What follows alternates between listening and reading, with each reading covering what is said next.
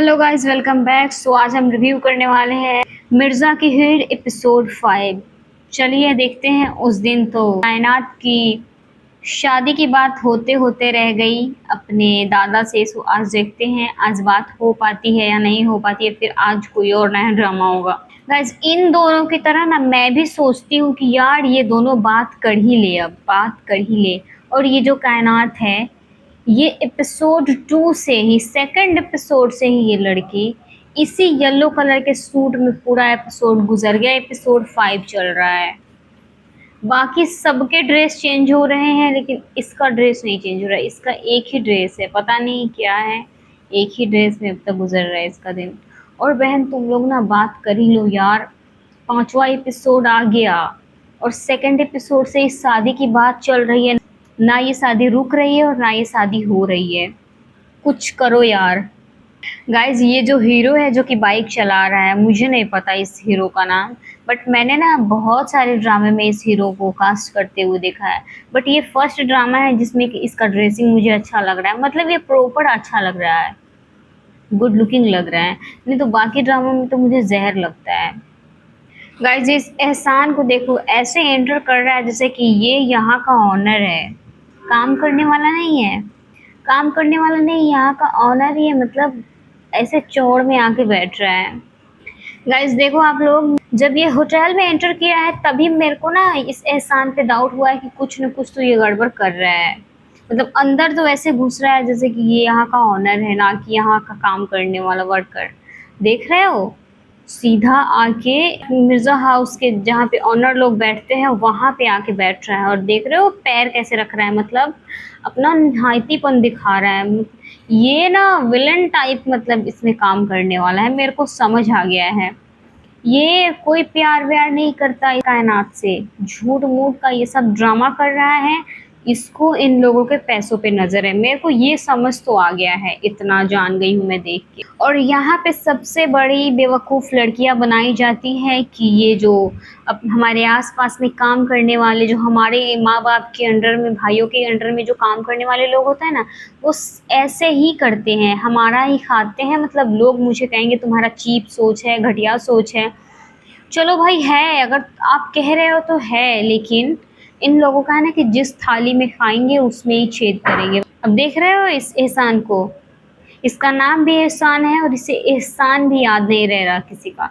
एक तो काम कर रहा है, ऊपर से उनकी बेटी को अपने प्यार के जाल में फंसाया हुआ, वो भी झूठ मूठ का। वो तो मैं समझ गई हूँ कि ये झूठ मूठ के प्यार में ही पड़ी है वो लड़की। लड़की की तरफ से सब कुछ रियल है लेकिन इसके तरफ से रियल नहीं है। इसका नज़र उन लोगों के पैसों पे है, मेरे को ये समझ आ गया है।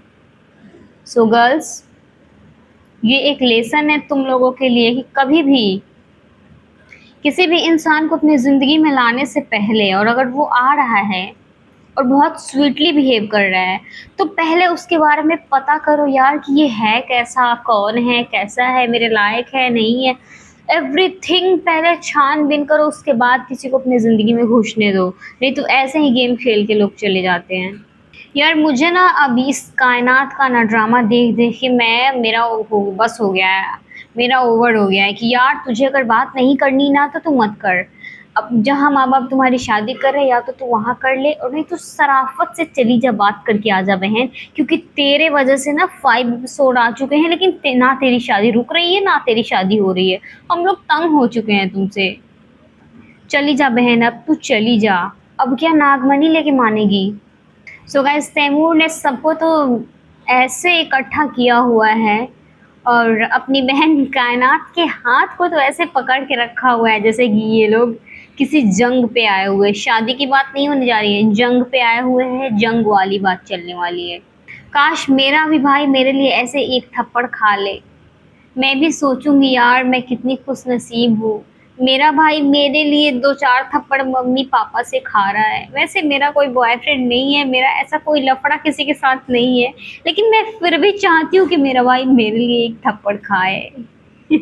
आज सही कहा है आपने आंटी जी, आपकी बेटी को हिम्मत देने वाली कोई और नहीं, ये हीर ही है। और हीर ने ही आपकी बेटी को चढ़ा चढ़ा के यहाँ पे चने के झाड़ पे चढ़ा के लाई है। अब मैं भी नहीं चाहती कि उस एहसान से कायनात की शादी हो। क्योंकि मैं पहले सपोर्ट करती थी कि सबको अपनी पसंद से शादी करनी चाहिए, बट उस एहसान की हरकतों को मैंने देखा है ना, फिर मैं समझ गई हूँ एक नंबर का निहायत ही घटिया लालची किस्म का इंसान है।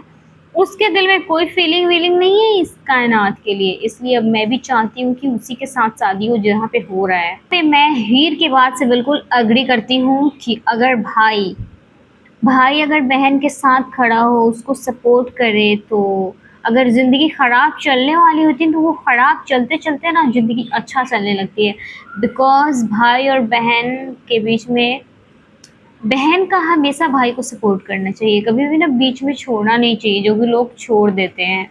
जाओ चाचा जाओ और जाके उस एहसान का सारी गर्मी उतार दो भाई। रो क्यों रहे हो? दादाजी मत रोको, मत रोको।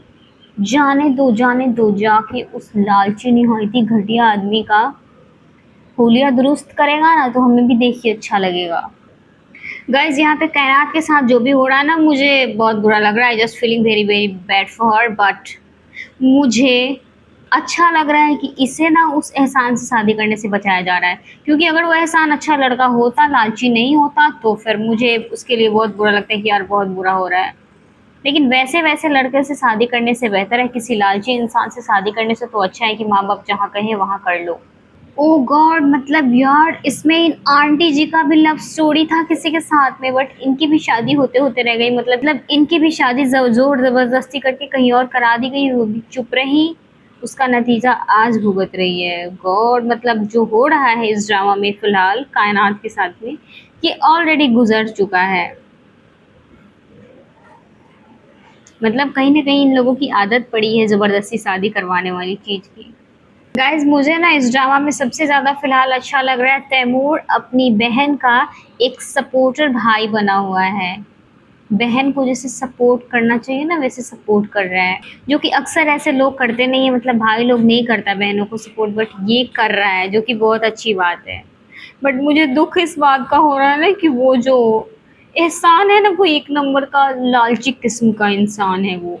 गाइज मुझे ना इस ड्रामे को अब तक देख के ये समझ आया है कि इस ड्रामे के अकॉर्डिंग ये एक चीज़ मतलब बताया जा रहा है कि हमेशा माँ बाप सही नहीं होते हैं, कभी कभी माँ बाप का फैसला गलत भी होता है। जैसे कि इसमें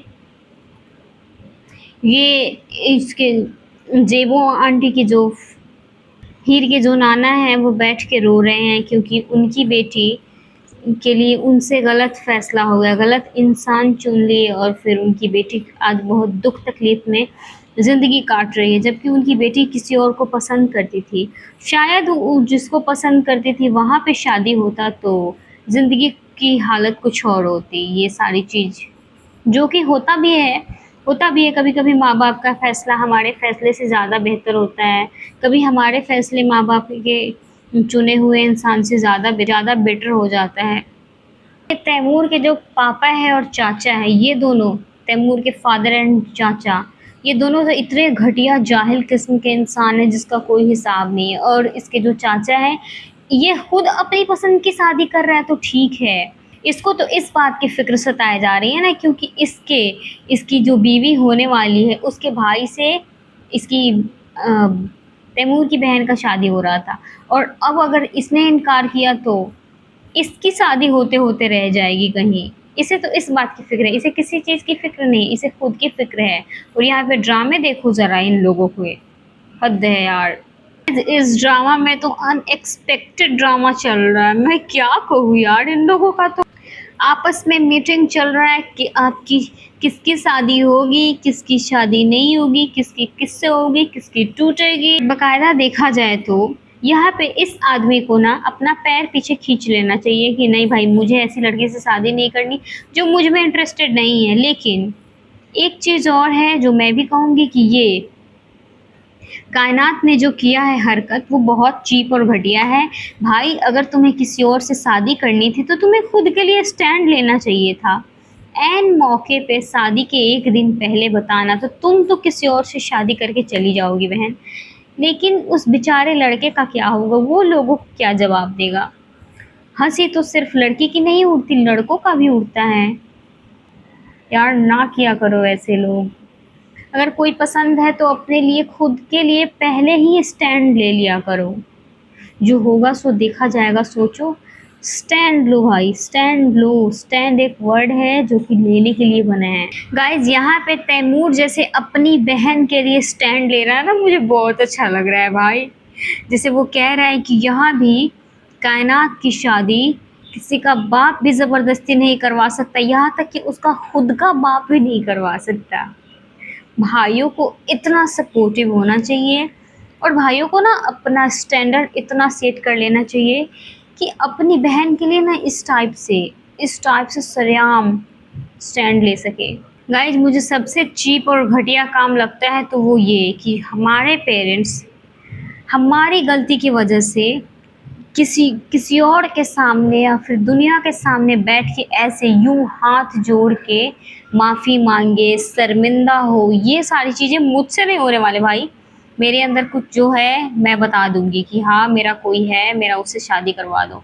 नहीं हुआ बला मेरी बला से, लेकिन मैं ऐसे सरेआम बेइज्जत कराने वाला काम मेरे से नहीं होने वाला है भाई। वैसे तो मेरा कोई है ही नहीं, मेरा ऐसा कोई लफड़ा ही नहीं है। बहन अब ये झूठे आंसू बहा के क्या क्या जताना चाह रही हो? इतने दिन से तो तुम्हारे ये आंसू किसी काम आए नहीं, और अब जब सबको बेइज्जत करवा दिया तब अब आंसू बहा के क्या ही मिल जाने वाले हैं? मुझे ऐसी लड़कियों पे बहुत गुस्सा आता है भाई, जो अपने लिए स्टैंड नहीं लेते और पूरे खानदान को पिसते हैं अपने चक्करों में। खुद तो जलील होना है, परिवार वालों को भी जलील करवाना है। सो गाइज इस प्रकार से एपिसोड 5 का एंड होता है। आज के लिए बस इतना ही, मिलते हैं नेक्स्ट वीडियो में। गाइज ये लड़का तो बड़ा ही अच्छा निकला, मतलब इन लोगों की इज्जत बचाने के लिए कह रहा है कि मैं खुद ही शादी से मुकर जाता हूँ और आप लोग मेरी माँ को कह दीजिएगा कि मुझे आपकी बेटी पसंद नहीं है, इसलिए हम शादी नहीं कर सकते। यार ऐसे लड़के जेन्युइन नहीं मिलते, मतलब किसी और की इज्जत का ख्याल करने वाले लड़के नहीं मिलते। ब्रो तुम लोगों को ना थैंक यू बोलना चाहिए उसका, बहुत अच्छा काम किया है तुम लोगों के लिए।